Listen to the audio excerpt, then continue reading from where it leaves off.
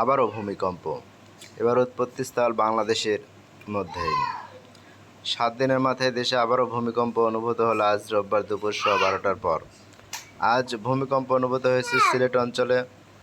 সিলেট বিভাগের জেলা সুনামগঞ্জের সাতকাই এই ভূমিকম্পের উৎপত্তিস্থল। রিক্টার স্কেলের মাত্রা ছিল 4। এর আগে 14 সেপ্টেম্বর রাজধানী সহ দেশের বিভিন্ন স্থানে ভূমিকম্প অনুভূত হয়। এর উৎপত্তিস্থল অবশ্য ছিল ভারতের আসাম রাজ্যে। এর মাত্রা ছিল 5.9।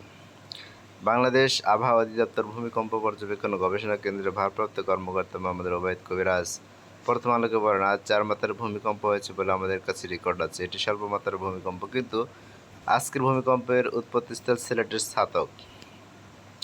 আজ দুপুর 12টা 19 এই ভূমিকম্প অনুভূত হয়। ভূমিকম্পের উৎপত্তিস্থল রাজধানী ঢাকা থেকে 185 কিলোমিটার উত্তর পূর্বে বলে আবহাওয়া অধিদপ্তরের বিজ্ঞপ্তিতে জানানো হয়েছে।